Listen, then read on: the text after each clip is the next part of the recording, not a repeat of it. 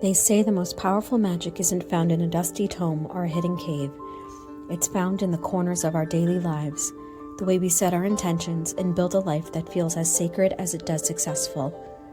Welcome to the Coven's Corner. We're here to bring you grounded, accessible magic every witchy Wednesday, and there's a seat at our table for you. So grab a cup of tea, and let's look at the world a little differently. Our circle is open. Let's begin.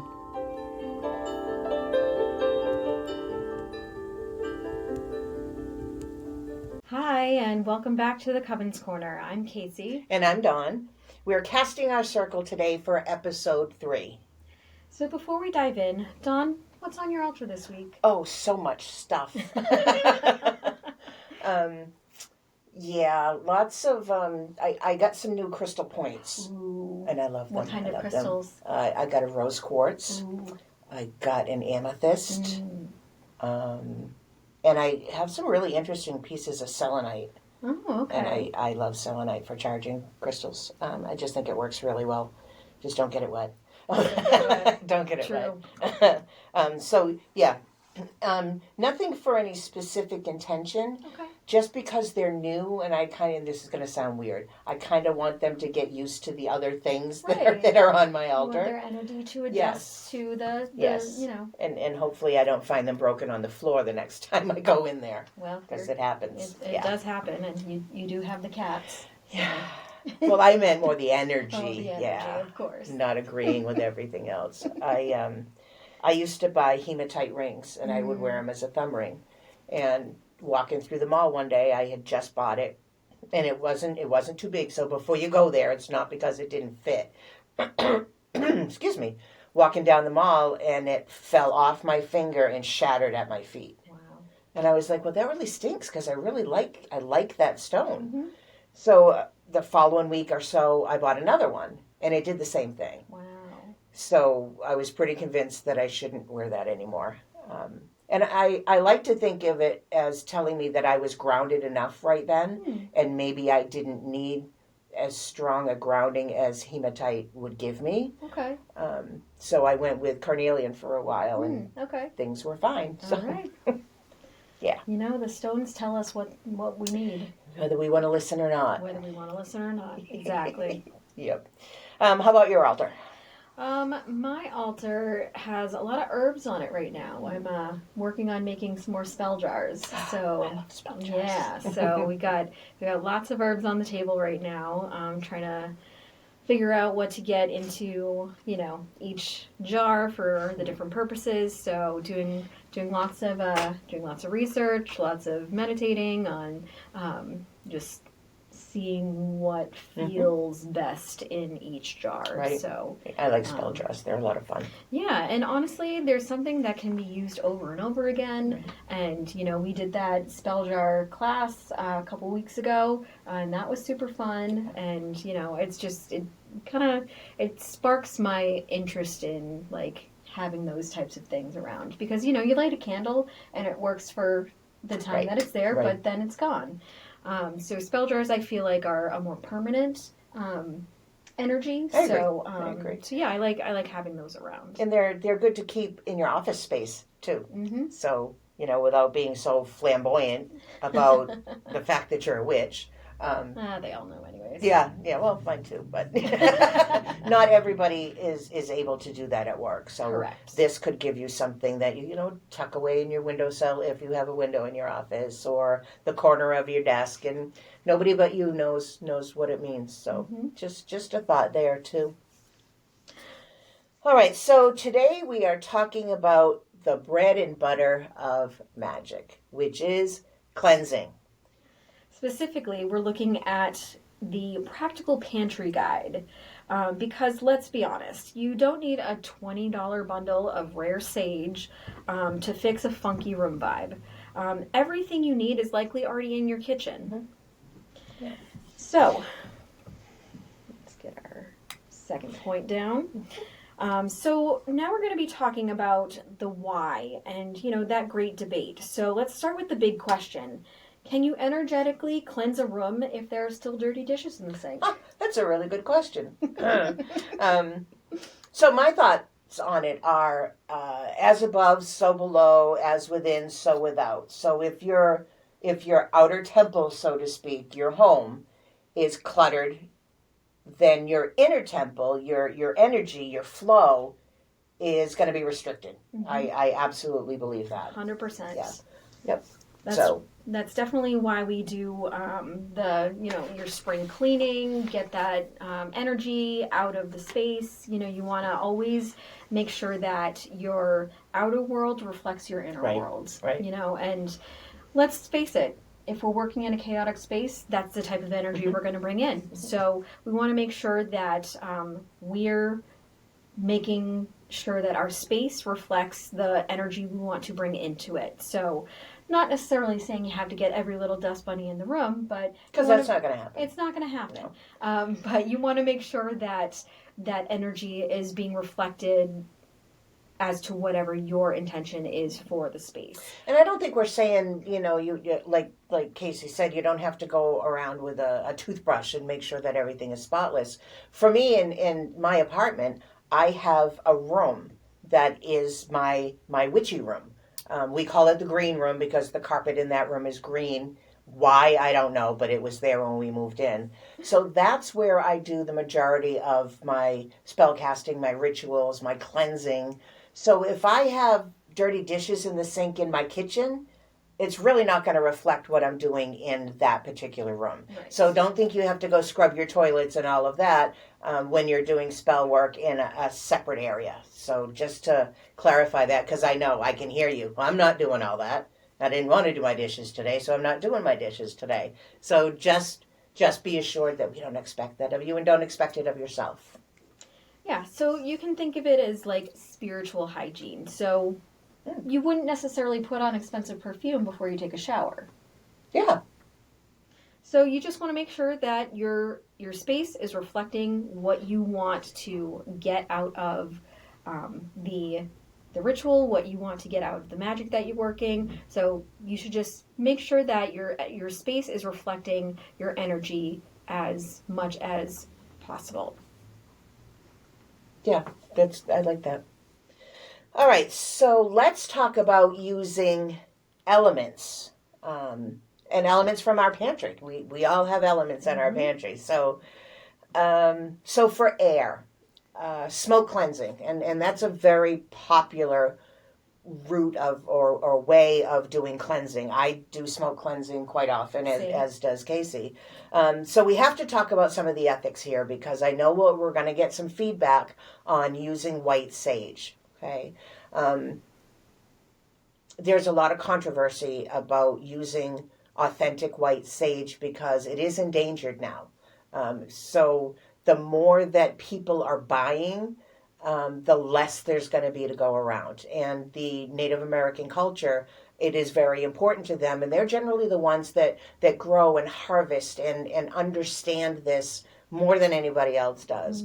And if it is their wish that we cut back on using our white sage so that they have it for their culture, I think we all need to pay attention to that. And so there are that. Yes, absolutely. And there are multiple other things that you can use for air and smoke cleansing. You can use rosemary. You can use cinnamon sticks. I love cinnamon. You can use Palo Santo, and that is very good at doing smoke cleansing as well. I use incense a lot, especially Nagchampa. That is my absolute favorite. So I do use incense a lot in my air and smoke cleansing. So, Kacey, how about fire? How do you use fire? Fire. Okay. So, I mean, you can use fire as a candle to kind of amplify the energy of a space or to cleanse, to kind of burn off that negative, heavy energy. Just charging the candle, that's one thing that we will be talking about in a later episode is the act of charging your tools, your candles, your crystals, whatever you want, and how to do that effectively. But you can charge your candles with the intent that they release and remove all negative energy or heavy energy from a space. And especially like it's a nice quick thing too, because lighting a candle, you don't have to burn an entire candle. You can burn for a little while until the energy feels better, then snuff it out. I do recommend using a snuffer or something to damp it out rather than blowing it, because you don't want to. Blowing that has a definitely different effect on making the flame go out. So keep that in mind. Mm-hmm. So that's one way. That's a quick fix to kind of cleanse a room. Then we have water and earth. So you can use these in conjunction together. So if you do like a saltwater floor wash, you can use, I prefer like a regular crystallized salt, not necessarily the iodized one. Right. More of sea salt is what I would probably recommend. And you can kind of like wash your floors with that. If you've got like wood floors or laminate floors, probably don't want to do that on a rug. But you can also do a saltwater spray. Right. So putting salt water in a spray bottle and spraying around the room. I like to focus when I'm cleansing a space on any sort of portal energy. So doorways, windows, any sort of like entryways into a room. That's where I like to focus on making sure the energy is most cleansed, because that's where the energy is coming in and out from. So focusing on that energy and making sure that those portal places are cleansed. So again, using a spray bottle or using like a floor wash if you've got floors that can handle that. So those are a couple of different ways that I would use those elements. So I do have a question. If you're doing a room cleansing, mm-hmm. do you open a window so that the bad energy, so to speak, goes out the window? So that's really a personal choice. So the act of opening a window is symbolic in its, the ritual of opening a window signifies like the release of energy anyways. But I mean, if it's a rainy day and you don't want that getting into your house, intention mm-hmm. can be, the same, have the same effect. So, but I mean, opening windows is always great because it's always good to like get that energy moving in the room so that the energy is not stagnating. So opening doors, opening windows, always a good way to move that energy too. Yeah, I like that. All right, so let's talk a little bit, and I kind of segued into it. Bad vibes versus heavy vibes. So I know that you and I have discussed the fact that we might go into some New Age shop mm-hmm. and you walk through the door and it's like you hit a wall. It's very heavy. It's very draining. I've been into a few shops that has happened, and I turn around and walk out. I don't have the energy to try to clear their space so that I feel comfortable there. Right. So let's talk a little bit about that. So is negative energy actually bad? Or is it just energy that's heavy and energy that's heading in the wrong direction? What do you think? So I'd say that energy in and of itself is neutral. Where energy gets heavy or can be, I don't like to label any sort of energy as like bad or evil or anything like that, because energy, like I said, is neutral. It's all interchangeable. Energy can be transmuted, it can be cleansed, it can be shifted. Energy is just energy. So it just, if a space is heavy or if a space has, energy that doesn't vibe well with you, you can do so much to shift that energy. It's really all about utilizing your own power to change the direction of the energy. So it's not always our responsibility to do so. Mm-hmm. Like you were saying, walking into, a shop or a store that has, that heavy energy, the store itself should be cleansing on a regular basis because you've got so many different people coming in of different, energy statuses. So if someone's coming in and they're going through, a really hard time, they are experiencing grief, the responsibility of the shop should be to cleanse the energy of the space because it is a public space. Mm-hmm. But we can always change the energy around ourselves to be able to exist in those heavy spaces. So personally, for self-cleansing, I like to make sure that making sure my chakras are all cleansed, making sure they're all spinning the right ways. Right? And then for me, if I want to, kind of protect my energy going into like a public space, I'll do what I call the zipper check. And so I'll kind of zip my energy up to usually about my throat, so that I can still communicate.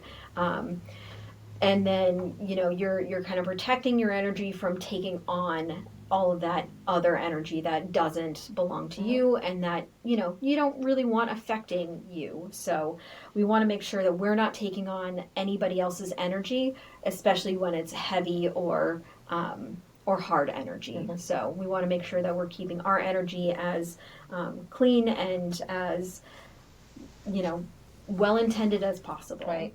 And we talked the last episode about using $0 tools, right? So I had mentioned the bubble thing that I do, the mirror thing that I do, and that would be an ideal situation to use either one of those. Again, $0. It's all in you, but it would be a good protection to use before going into a space that you're not sure of. Yeah, So, absolutely, nice. absolutely. All right, so we do need to talk about our tools. Okay. So Kacey, if you're doing a tarot reading or you're reading for yourself, or maybe somebody else, and we can talk about that too, somebody else handling your deck, okay, how do you cleanse it? So there's a number of different ways that you can cleanse, a tool or a deck of cards, anything like that. You can use incense, like running the deck through the smoke of incense. You can use crystals. There are certain crystals that are really great for clearing energy. I know you mentioned selenite. That's a great one. Yeah. Citrine is also a good one for cleansing. And those two stones never need cleansing themselves. So they are like self-cleansing. So you never need to like recharge those. So those are great ones to take and transmute energy from. You can use the knocking technique, so using sound as a way to change or shift energy. So those are just a few different ways that you can do very simple things to kind of cleanse your tool or cleanse your deck or anything that you're using from someone else's energy, or if your own energy is a little on the heavier side, this is a way that you can help to change that energy for your space. I think sometimes if you've been ill or you're recovering from surgery or whatever it might be, your own energy gets very stagnant. And sometimes we just need to shake things up. I'm a huge fan of sound cleansing. Oh, yeah. So absolutely. I have my tincture bells. So I can clear my decks with that. I can cleanse my area with that. I like sound. So that's just something else that you can use as well. And you don't have to have a specific set of tincture bells. You can use pots and pans. It's sound. It's going to mix up that energy.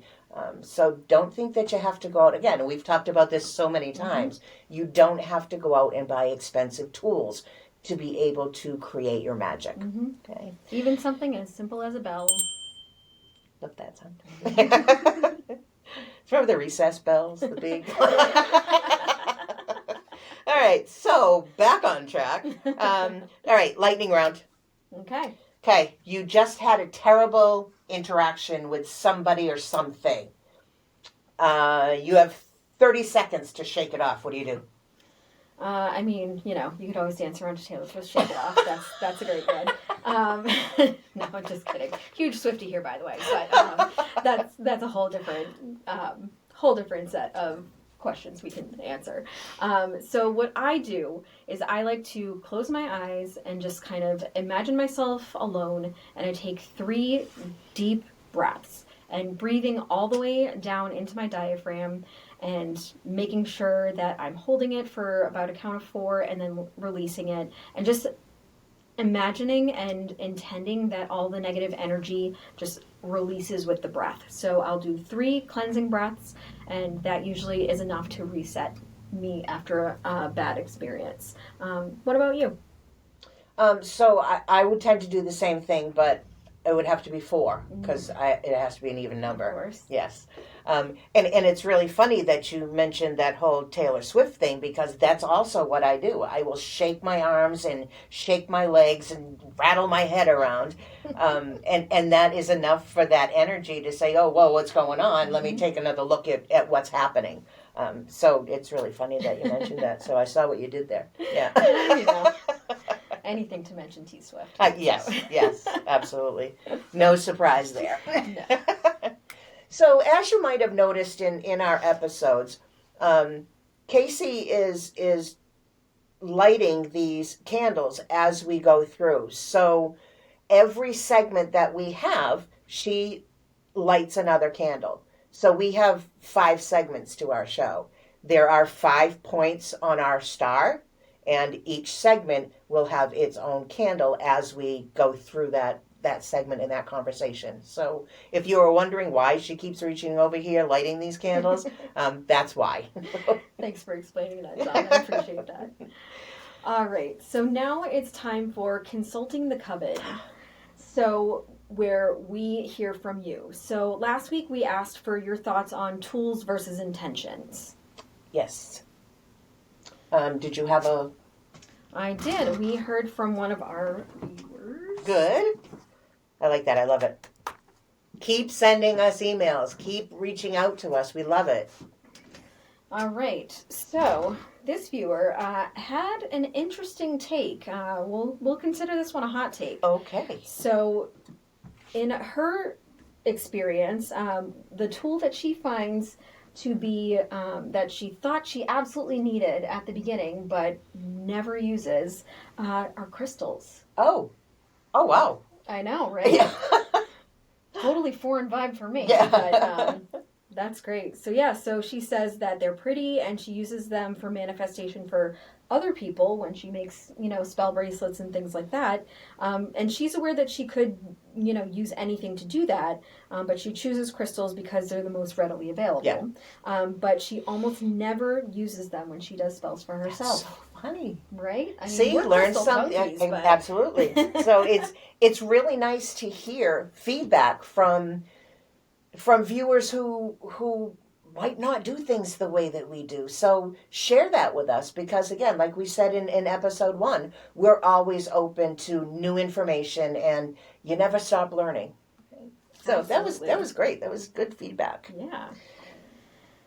Okay. All right. So we love hearing how your practice is evolving. So for next week, our prompt is going to be, what is the weirdest thing you've ever used to cleanse a room?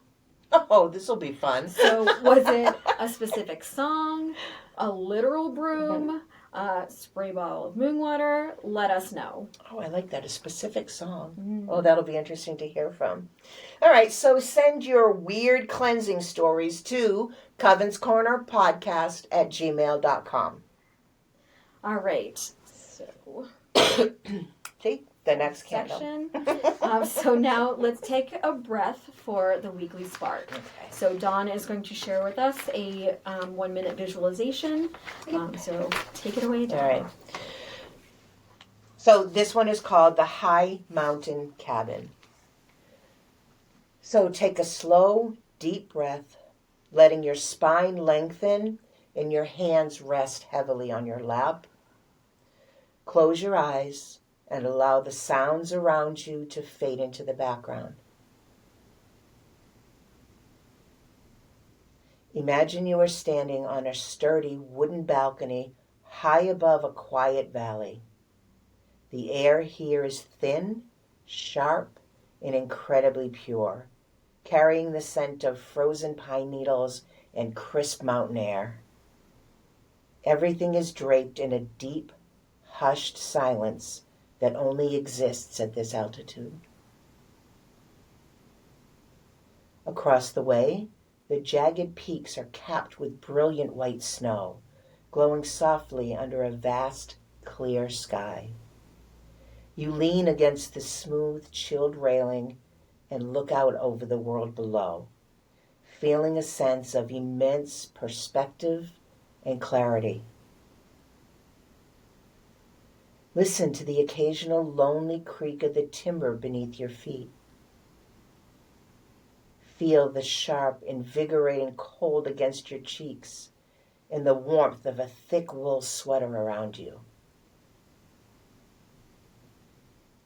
Observe the eagle soaring effortlessly on a thermal far above the valley floor. With every exhale, imagine yourself becoming as steady and unshakable as the stone mountains in the distance. You are elevated, calm, and completely clear-headed.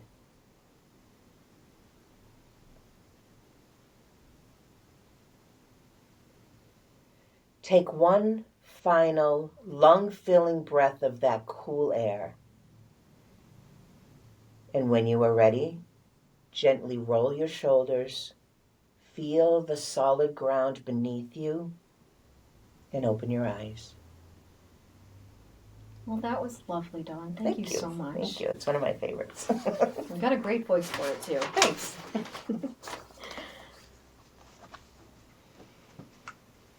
All right. So welcome back to Earth. We're getting into our final segment, closing the circle. But before we blow out the candles, let's hit our hot take questions. Dawn, is it okay to use a vacuum cleaner as a magical tool for sucking up bad energy? Actually, yes. It is a process called technomancy. So if you start your vacuum and start at the furthest corner away from the door, and then you vacuum across the room, and the door is the last place that you hit with the vacuum, Wow. and then with your intentions, you're sending all of that energy out the door and out of the room and out from around you. That is fantastic. Isn't that neat? Yeah, Again, absolutely. you already have a vacuum at home. You might as well use it to your advantage. Absolutely. Use what you got. Yeah, and then when you're done, it is suggested that you either take the canister or bag, depending on what kind you have, and empty it outside because you don't want to keep that energy in that area that you've already cleansed. Good tip. So Absolutely. I thought that was pretty awesome. Very cool. All right, so you can find more tips and see our altars on Instagram and TikTok at Coven's Corner Podcast. So we'll see you next Wednesday. May your hearth be warm and your spirit be clear. That's nice. Be well, everyone. Thank you. Thank you.